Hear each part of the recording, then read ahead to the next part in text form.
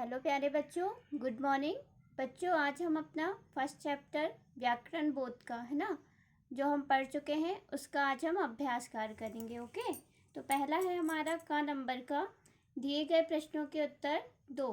तो ये जो प्रश्न है, इनको आपने जो व्याकरण की कॉपी बनाई है उसमें इनके आंसर आपको लिखने हैं। तो पहला क्वेश्चन है हमारा, भाषा किसे कहते हैं। क्या है पहला क्वेश्चन, भाषा किसे कहते हैं। तो बच्चों, किसे कहते हैं भाषा, ये हम पहले पढ़ चुके हैं, है ना। क्या पढ़ा था हमने, भाषा की डेफिनेशन क्या है। भाषा भाषा वह साधन है जिसके द्वारा हम अपने भावों या विचारों को दूसरों के सामने प्रकट करते हैं तथा दूसरों के भावों और विचारों को समझते हैं। क्या है ये भाषा की परिभाषा। ओके, तो आपको फर्स्ट का आंसर ये लिखना है। ओके, कि भाषा वह साधन है जिसके द्वारा हम अपने भावों या विचारों को दूसरों के सामने प्रकट करते हैं तथा दूसरों के भावों और विचारों को समझते हैं। फिर हमारा दूसरा क्वेश्चन, भाषा कितने प्रकार की होती है, उनके नाम लिखो। तो बच्चों, भाषा कितने प्रकार की होती है और कौन कौन सी भाषा है। तो हमारा आंसर नंबर 2 क्या है, भाषा 3 प्रकार की होती है। ओके, कौन कौन सी, मौखिक भाषा, लिखित भाषा और सांकेतिक भाषा। कौन कौन सी भाषा होती है, मौखिक भाषा, लिखित भाषा और सांकेतिक भाषा, है ना। भाषा 3 प्रकार की होती है, मौखिक, लिखित और सांकेतिक। फिर थर्ड नंबर का क्वेश्चन है बच्चों, हमारी राष्ट्रभाषा कौन सी है। ये आंसर तो सबको पता होगा, कौन सी हमारी राष्ट्रभाषा।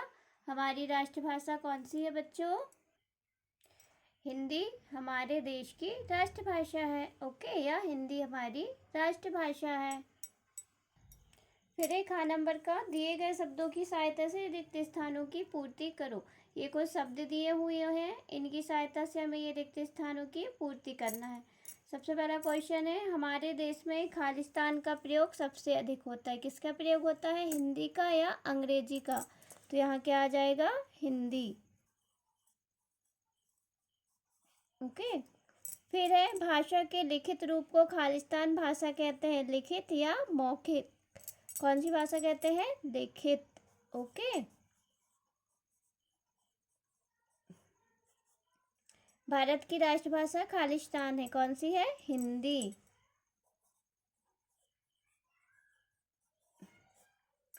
हिंदी भाषा की लिपि खालिस्तान है, क्या है, देवनागरी। हिंदी भाषा की लिपि क्या है, देवनागरी।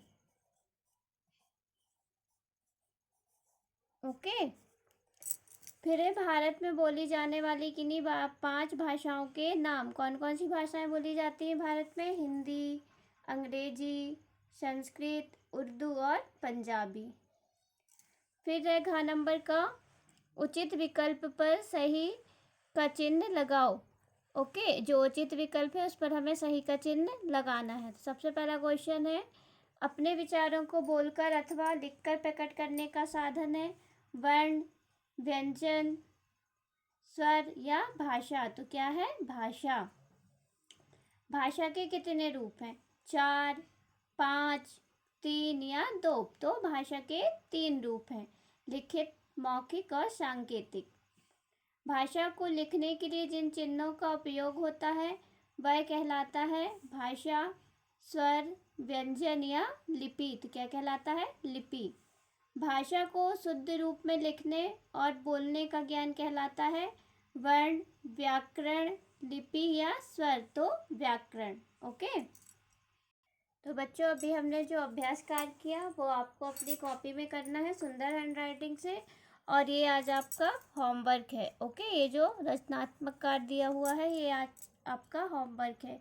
दिए गए चित्रों को देखो और बताओ कि ये भाषा के किस रूप का उदाहरण है। ओके, ये चित्र देखना है और आपको ये बताना है कि ये भाषा के किस रूप का उदाहरण है, कौन सी लिखित भाषा है, मौखिक है और कौन सी सांकेतिक है। ओके, बाय बच्चों।